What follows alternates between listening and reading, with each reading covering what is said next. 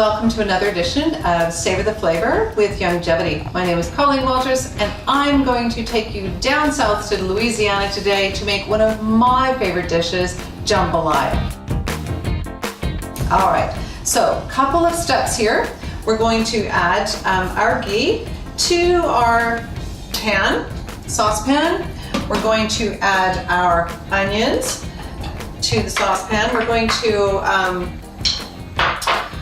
brown and saute all of this, soften it up a little bit first. So we've got celery and we've got peppers. Now you can use red peppers as well.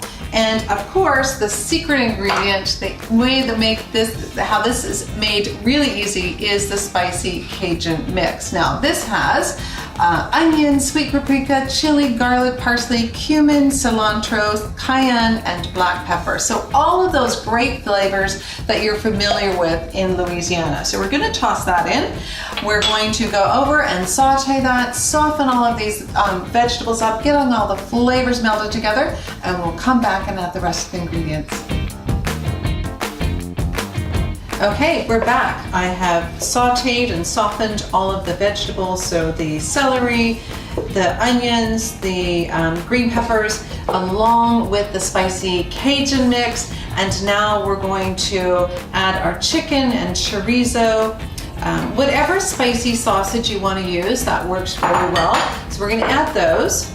I'm going to brown off the chicken here, and we'll come back and add the rest of the ingredients and finish off the jambalaya. Okay, we're back. So we've browned off the chicken, the chorizo, we have all of the vegetables and the spicy Cajun mix. Now we're going to add the canned diced tomatoes. All right, we're going to stir that around.